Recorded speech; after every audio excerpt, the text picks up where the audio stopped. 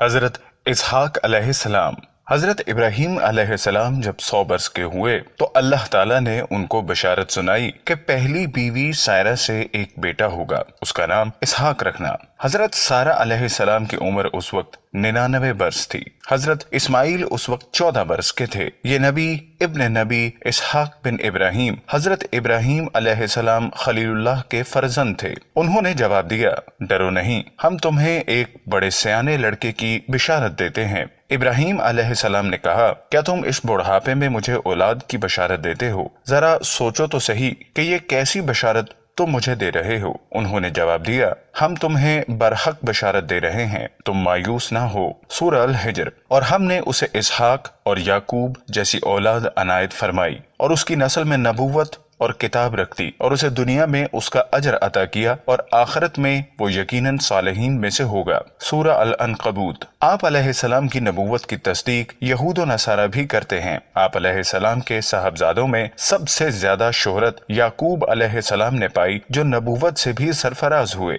عربی اور اردو تورات میں نام اسحاق آیا ہے اور تورات میں ذبیح آپ ہی کو بتایا گیا ہے۔ قرآن مجید میں اس غلطی کی تردید کی ہے کہ حضرت اسحاق علیہ السلام ذبیح اللہ نہیں تھے، بلکہ حضرت اسماعیل علیہ السلام ذبیح اللہ تھے۔ یہود آپ علیہ السلام کی نبوت کے پوری طرح قائل ہیں، بلکہ ان کے نوشتوں میں آپ علیہ السلام کے معجزات و کرامات کثرت سے درج ہیں۔ روایات یہود میں یہ بھی ہے کہ آپ صورتاً حضرت ابراہیم سے بہت مشابہ تھے۔ کنعان یا فلسطین کے ملک میں آپ علیہ السلام کی زندگی بڑی خوشحال گزری۔ تورات میں ہے، اسحاق ابی ملک باس جو فلسطین کا بادشاہ تھا، جرار تک گیا اور خداوند نے اس پر ظاہر ہو کے کہا، میں تیرے ساتھ رہوں گا اور تجھے برکت بخشوں گا، کیونکہ تجھے اور تیری نسل کو یہ سب ملک دوں گا، اور میں اس قسم کو جو میں نے تیرے باپ ابراہیم سے کی وفا کروں گا۔ اللہ تبارک و تعالیٰ نے قرآن مجید میں کئی مقامات پر حضرت اسحاق علیہ السلام کی تعریف فرمائی ہے۔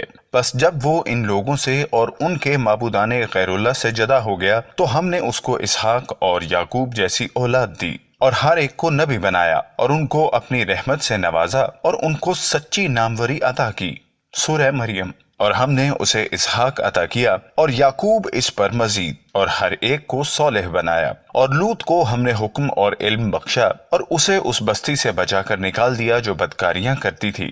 در حقیقت وہ بڑی ہی بری فاسق قوم تھی۔ حضور اکرم صلی اللہ علیہ وسلم نے فرمایا، بے شک کریم بن کریم بن کریم یوسف بن اسحاق بن ابراہیم ہیں، یہ سب قوت و فراست والے لوگ تھے۔ اللہ نے انہیں ایسی قوت عطا کی جو اللہ کی طرف راغب ہونے اور عبادت میں مدد دیتی۔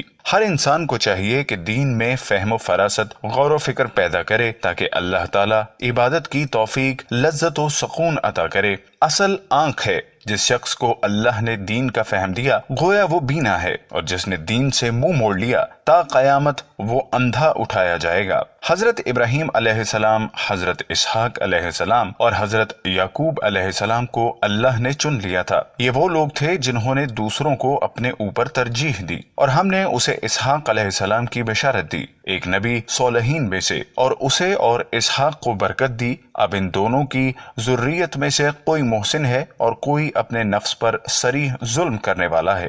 حضرت اسحاق علیہ السلام کی شادی۔ اہل کتاب تورات کا کہنا ہے کہ حضرت اسحاق علیہ السلام نے 40 برس کی عمر میں اپنے والد ابراہیم علیہ السلام کی حیات میں رفقہ بنت بتوائیل سے شادی کی۔ رفقہ سے حضرت اسحاق علیہ السلام کے 2 بیٹے عیسو اور یعقوب پیدا ہوئے۔ اس وقت حضرت اسحاق علیہ السلام کی عمر 60 سال کی تھی۔ اسحاق علیہ السلام عیسو کو زیادہ چاہتے تھے اور رفقہ یعقوب علیہ السلام سے زیادہ پیار کرتی تھی۔ عیسو شکاری تھا اور بوڑھے ماں باپ کو شکار کا گوشت لا کر دیتا۔